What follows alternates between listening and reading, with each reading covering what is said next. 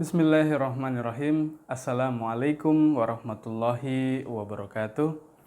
Alhamdulillahirabbil alamin wa bihi nasta'inu ala umuri dunya waddin. Asyhadu an la ilaha illallah wa la syarikalah wa asyhadu anna Muhammadan abduhu wa rasuluh. Allahumma sholli ala Muhammad wa ala alihi wa ashabihi ajmain, amma ba'du. Alhamdulillah, segala puji bagi Allah Subhanahu wa taala. Sobat hijrah dimanapun berada, kita berjumpa kembali dalam video Ramadan kali ini. Mudah-mudahan sobat hijrah sekalian masih senantiasa diberikan kesehatan oleh Allah Subhanahu wa taala sehingga masih bisa melaksanakan aktivitas ibadah Ramadannya dengan baik. Salawat serta salam semoga tercurah limpah kepada junjungan kita Nabi Muhammad sallallahu alaihi wasallam beserta keluarga, sahabat dan pengikut beliau. Insyaallah mudah-mudahan kita pun mendapatkan syafaat nanti di yaumul akhir. Amin amin ya rabbal alamin. Sobat hijrah dimanapun berada, insya Allah pada perjumpaan kali ini kita akan membahas terkait dengan mengqadha puasa.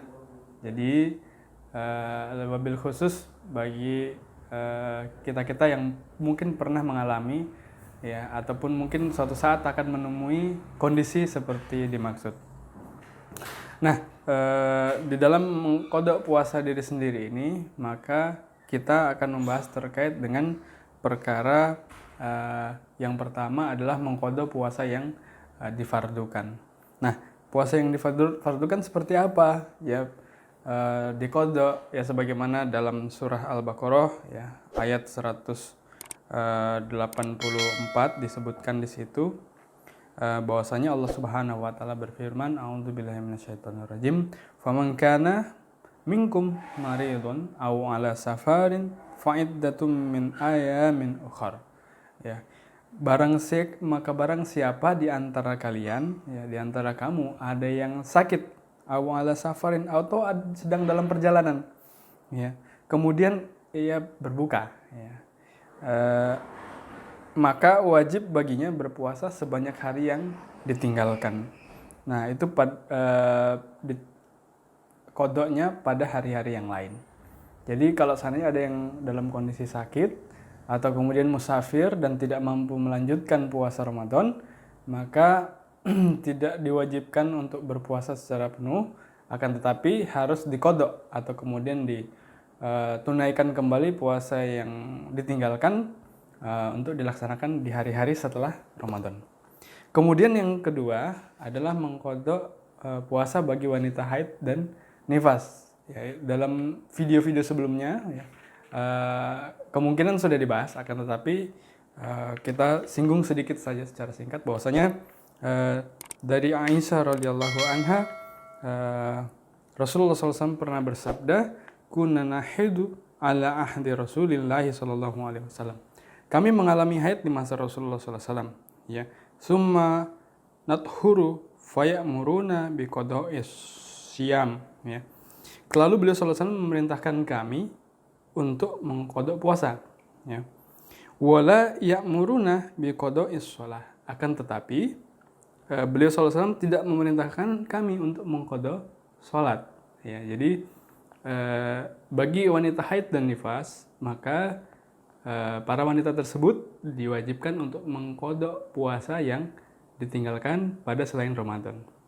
Nah, ini yang kemudian membedakan hukum kewajiban mengqadha puasa Ramadan dengan mengqadha sholat. Kemudian yang berikutnya adalah kalau seandainya ada orang yang muntah secara sengaja, maka ia diwajibkan untuk mengqadha puasa tersebut di waktu yang lain. Kemudian yang berikutnya adalah ketika seseorang berbuka sebelum terbenamnya matahari karena mengira bahwa matahari telah terbenam. Nah, ini ketidaksengajaan atau ketidaktahuan ketika seseorang itu mengira bahwa telah waktunya berbuka tapi ternyata belum. Ya, mungkin kita pernah, makanya kadang-kadang pada saat azan ya kita nunggu dulu nunggu suara azan, padahal di beberapa media termasuk kadang-kadang di radio sudah doa berbuka, tapi biar lebih afdol nunggu azannya dari radio, meskipun mungkin di tempat tersebut seharusnya sudah berbuka. Itu untuk kehati-hatian. Nah, kemudian yang berikutnya adalah mengqadha puasa bagi orang gila, pingsan, orang sadar yang pingsan, bukan koma maksudnya, beda ya. Kemudian atau siuman. Jadi orang yang kemudian tidak sadar mungkin karena kecelakaan atau mungkin kurang darah dan seterusnya. Ya, kondisi kesehatannya kurang baik, kemudian pingsan atau mungkin tidak sadar dan seterusnya, maka dia harus mengqadha puasa ya pada saat bulan Ramadan yang ditinggalkan. Kemudian bagi wanita hamil dan wanita menyusui kalau keduanya berbuka. Jadi seandainya wanita hamil dan menyusui tersebut tidak mampu berpuasa karena alasan kesehatan untuk menjaga janin maupun bayi agar tetap asupan gizinya terjaga, maka diwajibkan untuk mengqadha puasa di waktu yang lain. Dan itu sudah ada videonya di perjumpaan sebelum-sebelumnya. Kemudian qadha puasa bagi anak kecil maupun orang kafir yang ketika dia sudah masuk wilayah taklif. Maksudnya seperti apa? Ketika anak kecil itu balik di bulan Ramadan, kemudian baliknya itu siang-siang. Ya, misalnya ya kalau untuk anak wanita ketika dia jadwal haid atau jadwal datang bulannya tiba-tiba baru balik di siang hari bulan Ramadan, maka hari itu ia wajib mengqadha puasa hari itu, khusus hari itu. Kemudian bagi laki-laki juga demikian, misalnya siang-siang ini tiba-tiba tidur mimpi basah di siang hari bulan Ramadan, maka hari itu ketika dia memang belum atau tidak berpuasa, maka dia diwajibkan mengganti atau mengqadha puasa di bulan Ramadan. Kemudian orang kafir yang baru masuk Islam, siang-siang bulan Ramadan dia baru sadar pengen masuk Islam, dia bersyahadat, maka kemudian pada hari itu dia wajib mengqadha puasa yang diwajibkan di bulan Ramadan. Baik, mungkin demikian terkait dengan mengqadha puasa. Insya Allah kita akan membahas lagi terkait dengan pembahasan-pembahasan yang lain di perjumpaan selanjutnya. Semoga bermanfaat untuk kita semua.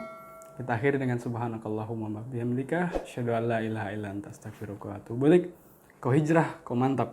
Assalamualaikum warahmatullahi wabarakatuh.